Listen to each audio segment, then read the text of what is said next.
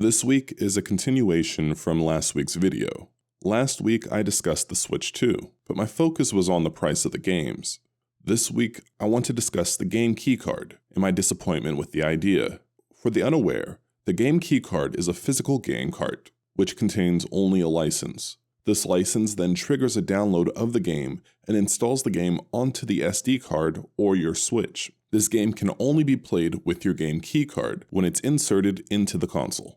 Now, this solution does one thing that I always wanted from digital games, and that's to allow gamers to truly control their license, just like they do with physical games. What I mean is currently, when you buy a digital game, it's tied to your account forever. You cannot sell it or lend it out to your friends. The game is tied to your account and your account only.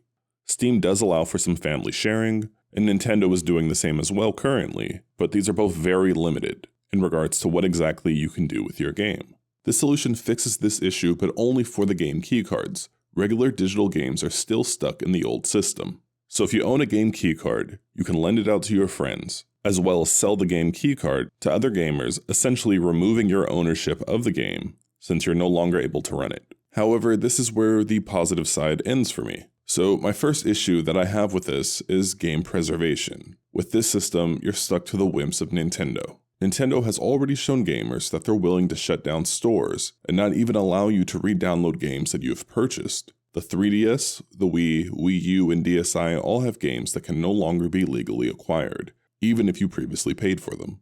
So judging from Nintendo's history, these cartridges will eventually become useless pieces of plastic that will try to download games from non-existent servers. Now I know most modern games don't come complete on the cartridge or disc, between DLC and updates, but you at least usually have a broken 1.0 version of the game on your cartridge. It might not be the most polished version of the game, but at least you have something. Next is the price. When gamers were first presented with digital games, we were told that these games would provide lower cost. In this situation, I would think the games should be at least a bit lower since manufacturing costs should be much smaller, since they no longer have to pay for large memory chips, and the factories no longer need to spend the time flashing 32 or 60 gigabyte chips. But you know and I know that this is not going to happen. These games are going to be somewhere in the realm of $70 to $80 on average. Then my last issue is that you still have to insert these cards into your console, and they do nothing but verify that you have a license. I'm sure they'll contain 0% of the actual game data, so all the data is locked onto your device until you insert your card. If you're on a trip and you left your card at home, you cannot play the game, despite it being installed on your device and taking up space. Now I know there's no way around this, as you need to run a verification one way or another. But when the cartridge doesn't actually contain any portion of the game, and the game card is just there for a check, it's a bit annoying to say the least. In my eyes, Nintendo could sort of fix this, but my solution is a bit weird. Nintendo should treat these cartridges like a flash card. Now bear with me here. I think Nintendo could fix this by adding an SD card slot to the cartridge, allowing gamers to choose from installing the game onto their console or onto the SD card that's inserted into the cartridge.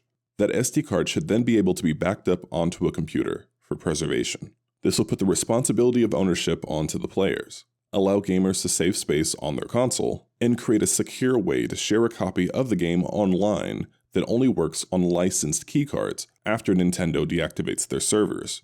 Then lastly, I believe that these games should be priced a bit lower, and honestly I think all digital games should be. Any game that has a physical version should be somewhere around $5 to $10 cheaper for the digital version, at the very least. For hand cannon, the digital version will be significantly cheaper than the physical. I also have a couple of other reasons for the price disparity between the two that the regular industry doesn't have to deal with, but if I can do it, I believe they can as well. Now, I think there's a reason for all of this, and it's the industry's push for an all-digital future. Some of these companies even want a subscription future, but I already covered that in a previous video. So see that one if you're concerned about things like PS Plus and Game Pass.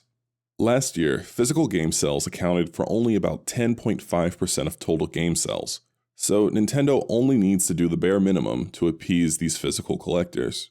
And honestly, they know and we know that this will not go on forever. At some point, physical sales will become so low that these companies will stop making physical media altogether. This is just the first major step in slowing down physical media production on Nintendo's side.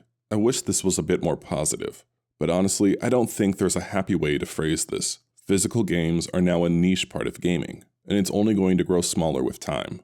Gamers buy digital out of convenience, and the game card is anything but convenient, as it doesn't allow gamers to just click and play, while also lacking the elements of what actually attracts physical buyers in the first place, which is game preservation.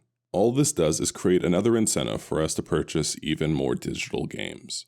So in the long run, I don't see this game card feature re-energizing the physical media space. Well, anyways, that's it for today. Thanks for watching, and thanks for your time.